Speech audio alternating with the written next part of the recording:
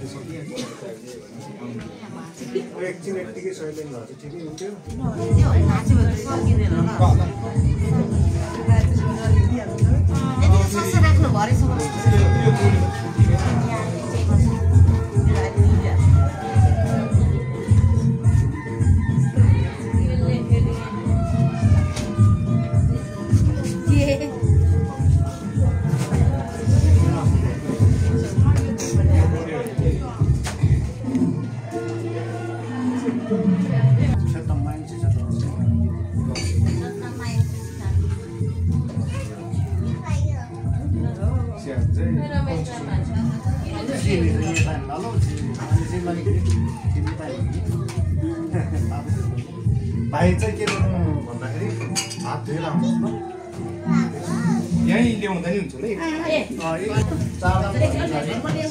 चारदाम सबभन्दा ठुलो इम्पोर्टेन्ट मानिन्छ यसलाई चाहिँ चारदाम भने चाहिँ के रहेछ भन्दाखेरि बेहुलाले चाहिँ अथवा लागि राखेर पहिला मारेको यो जस्तै पहिला मारेको जस्तै आजदेखि मेरो गाउँ भन्ने अर्थमा चाहिँ हाम्रो टाउन पहिला पुर्खाको चाहिँ यो अहिले पछि बनाएको त्यो होइन पुर्खादेखि नै यो चलिआएको चाहिँ परम्परा छ। अनि त्यही भएर त्यो चाडमा चाहिँ अझै पहिला के गर्थ्यो भने एउटा ठुलो भाले चाहिन्छ यहाँ राखेको ठुलो भाले चाहिन्छ। अहिले चाहिँ त्यो अब नगर काटेमा किन पाल्नु त्यो चाहिँ हटाएर यहाँ छैन। त्यसको बदलामा के छ अर्थ भने त त्यो नै हो। अब चारदाम गैना मार्यो आजदेखि मेरो बेहुलाको बुवा आउनुभयो भने मेरो बुवा भन्ने अर्थमा चाहिँ गैना मारि राखेर चाहिँ यो चारदामको सिस्टम हुन्छ पहिलादेखि। अनि त्यसमा नि अब विभिन्न किसिमको धेरै नै थारोहरू आउँछ। बाँकी कुरा चाहिँ उहाँले गरिदिनुहुन्छ।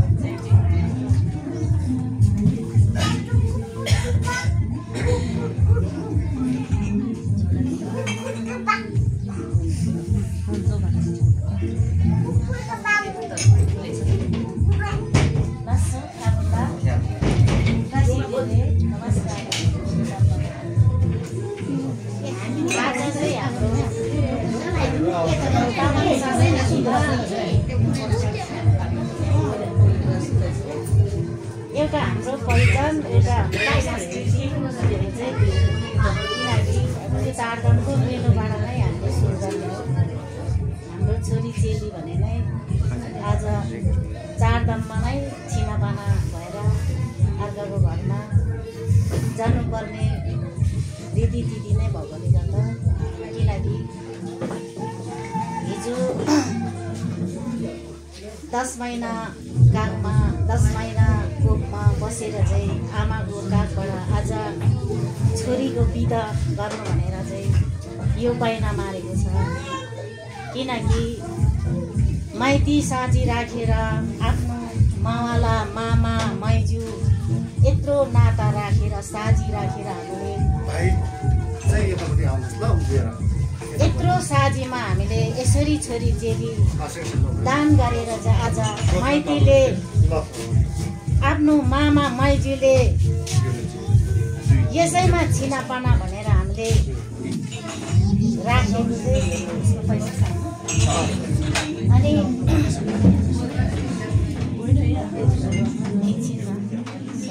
अहिले त टिभी चाहिँ राख्नुहोस् बोलेको त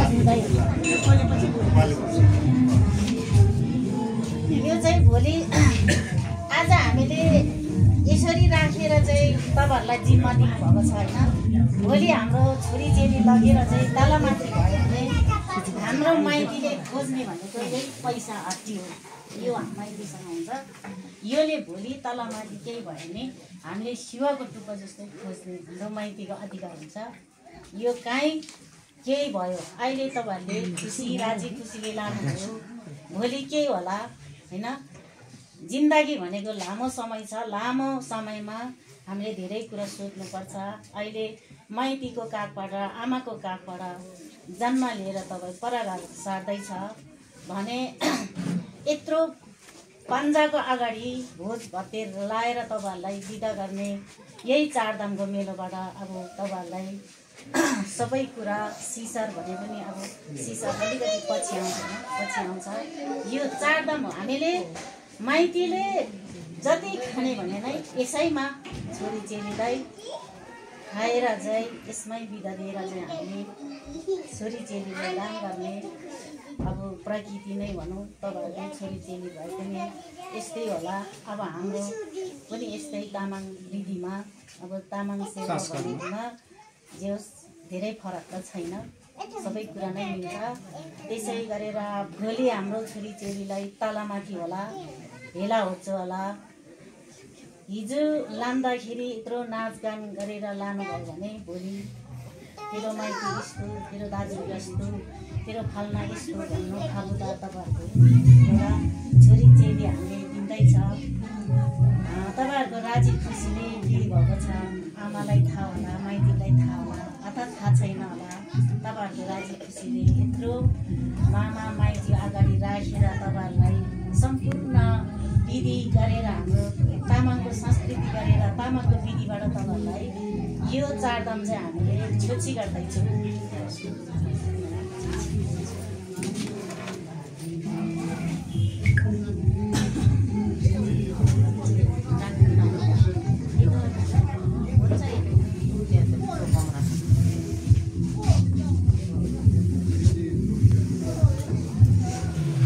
अब माइतीबाट पनि केही अब भन्नु छ भने यतिखेर भन्नुहोस्।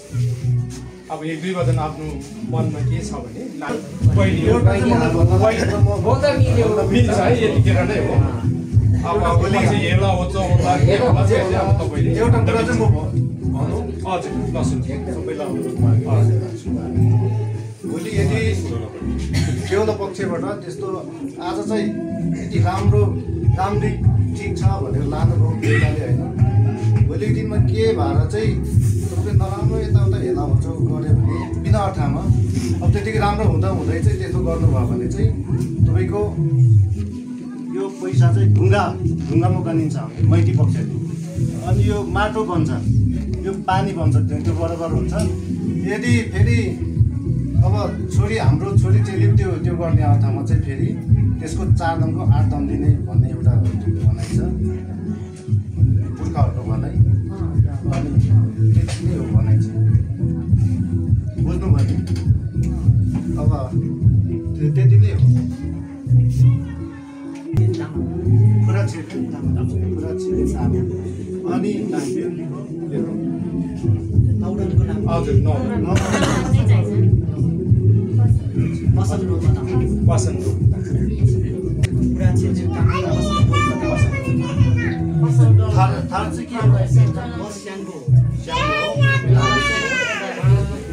म भन्छु तपाईँहरू है, म उहाँको काका हो कि बोदाके सँग हो। उहाँ पनि नानी पनि बोदासँग हो, म पनि बोदासँग हामी बाउ छोरा हो होइन। उहाँ मेरो भाइ बोदाके सँग। आज चाहिँ हामीले पुरा क्षेत्र के भन्छ पुरा क्षेत्र हामी के अरे आज यो स्याङदाङको छोरी चाहिँ स्याङको छोरा आस्याङ स्याङलाई चाहिँ हामीले आजदेखि सुम्पिएको आजदेखि कुनमानी चल्ने भयो के अरे थोरै यता चाहिँ चल्दैन फेरि बहिनी उता चाहिँ हामीले चलाउँदाखेरि कुनमानी चल्ने भयो, अब चुलो पनि चल्ने भयो, कुलमानी चल्ने भयो, सँगै हिँड्दा नि भयो। अब त्यो कुरा चाहिँ भगवान्देखि हामी सबैले चाहिँ भलपन्छ सबैले थाहा भयो भन्ने अब त्यस्तै कुरा भनिन्छ। हामी चाहिँ तामाङ भाषामा हो भने चाहिँ राम्रोसँग आउँथ्यो कि नेपालीमा अलिकति मिलाएर भन्दैन आउँछ आजदेखि। अब हाम्रो तर बुझ्ने भाषा त त्यति नै हो। पूर्व क्षेत्रीय स्याङ्गुलाई पसङ रोडमा चाहिँ आजबाट जिम्मा लाग्यो माइती पक्षबाट।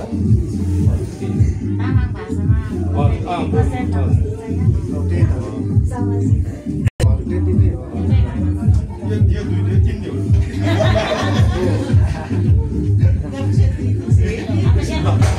अब माइतीले भन्नु छ भने 1-2 वचन भन्नुहोस् छ भने त्यो बोल्दा मिल्दै हो।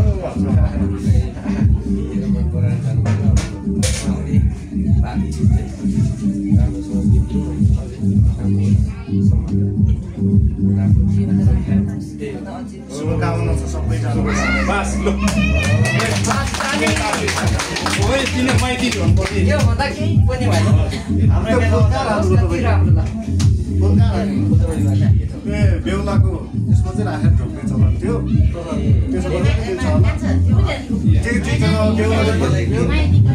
यो हो त्यो फुल हो त्यो भइगयो हो त्यो बेहुलाको सपनमा चाहिँ हो भने चाहिँ यता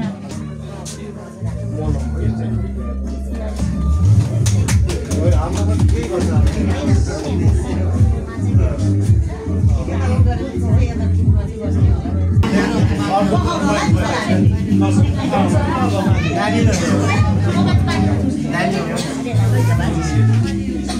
itu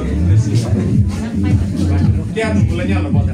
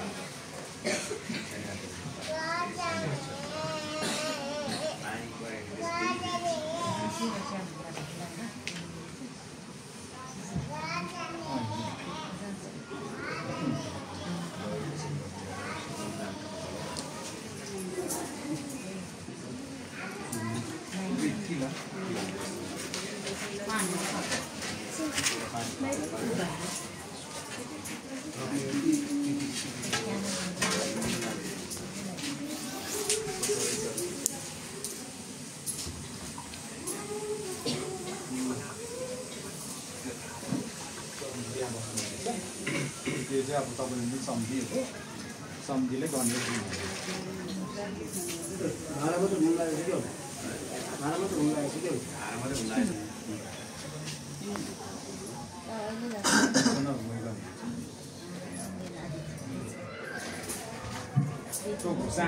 साडी भएको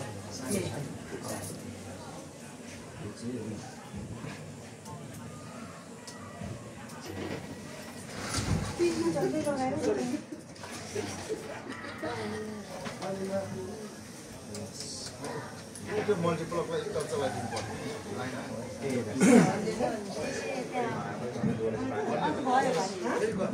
त्यो अलिक तान्ने छ नि यो अलिक तान्ने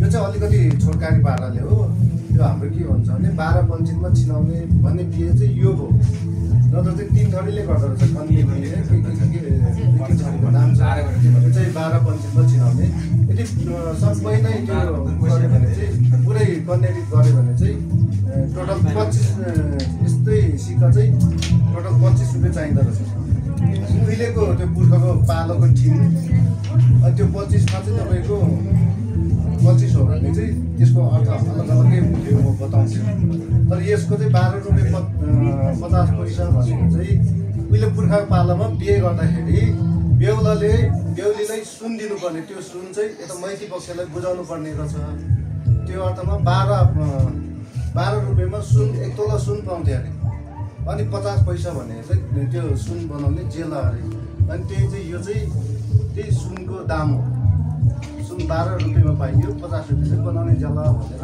पुर्खाले राखेको छ अहिले पनि नबढाइ त्यति राखेको छ यो चाहिँ अनि माइती पक्षले भोलि जिम्मा लिएर फेरि बेहुलीलाई नै भोलि जस्तो जस्तै जिम्मा लाउँछ यसको अर्थ चाहिँ यति मात्रै हो 12 रुपियाँ 50 पैसा अनि नत्र हाम्रो पुरै टिम गर्दा चाहिँ फेरि 25 रुपियाँ चाहिन्छ यस्तो सिक्का त्यसमा चाहिँ 25 रुपियाँ मध्ये चाहिँ के गर्दछ भने त्यो भाइ सल्लाह भन्छ नि त कार्ड यो दिन गरौँ भनेर माइती पक्षले पैसा यसको पर छ अनि त्यो 25 रुपियाँ भनेर चाहिँ बिहेको लागि सल्लाह गर्ने भाइ सल्लाहदेखि चाहिँ भत्तेदेखि जन्तीलाई खुवाउने खाजा खुवाउनेदेखि सबै ल्याउने खर्च 25 रुपियाँले पुग्दो रहेछ त्यो बेलाको टिममा पहिला बेला पुर्खाले टिम बनायो पहिले त अब यस्तो अहिले जस्तो पैसाको अब सस्तो छैन नि त त्यही त नि त्यहाँदेखि नबढाएको अनि त्यसमा चाहिँ 25 रुपियाँ चाहिन्थ्यो अहिले पनि कन्यारिटी गऱ्यो भने अस्ति सल्लाहले गरे भए त्यो सम्भव हुन्थ्यो त्यो सल्लाह नभएको चाहिँ अलिकति सम्भव हुँदैन त्यसमा चाहिँ मामालाई छुट्याउनु पर्ने फुपूलाई छुट्याउनु पर्ने एकदमै झन्झट हुन्छ सुरुमै राम्रो सल्लाह गरेर भने अहिले हामीले आपतकालीन रूपमा चाहिँ यो गरेको हो होइन त्यसो गर्नु नसकेको सम्भव हुन्थ्यो होला अलिकति 1 हप्ता टाइम लिएर गरेको सम्भव त्यो सम्भव हुन सकेन तर यो पनि बिहे चाहिँ बिहे नै हो 1 वर्ष अगाडि मेरो नि भएको थियो दिन भएको थियो हो आजकै जस्तो गरेको थियो धेरैले सजिलो भनेर यस्तो केही खाली सजिलो कुनै कुनैले मात्रै चाहिँ अहिले त्यसो गर्ने गर्छ झन्झट किन गर्ने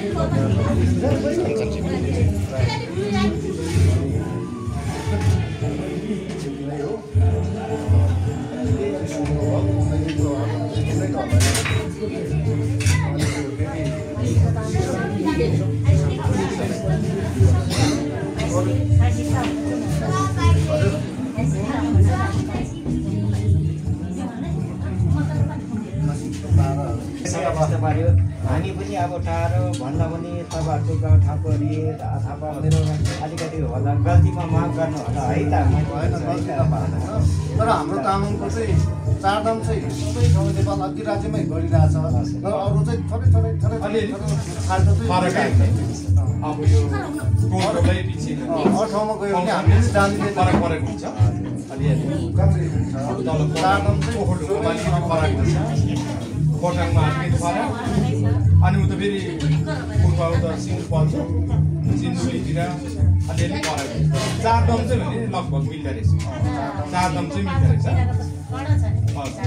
उता फेरि है त अब भाइ हाम्रो होइन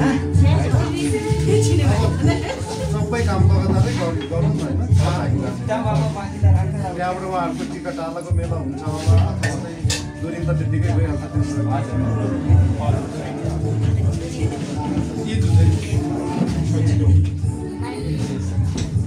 माइतीले गर्छ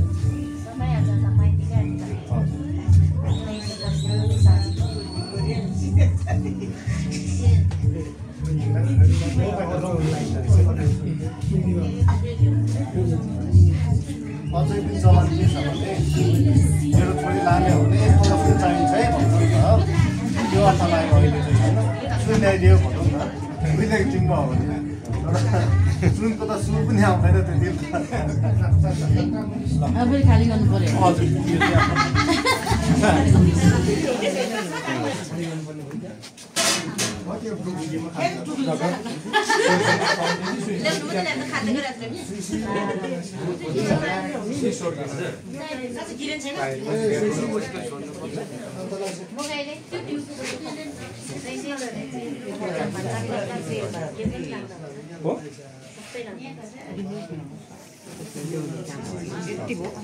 खाली फेरि ल्याउनु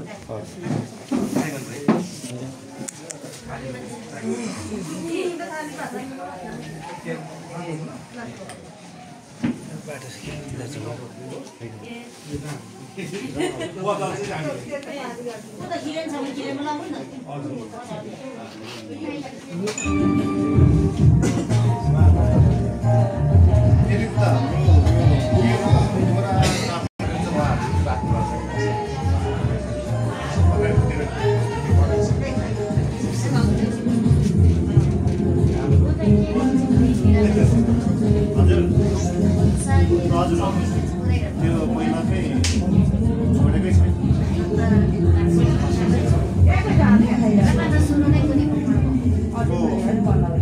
एकचोटि हाम्रो गाउँमा एकजना त्यसमा झगडै पऱ्यो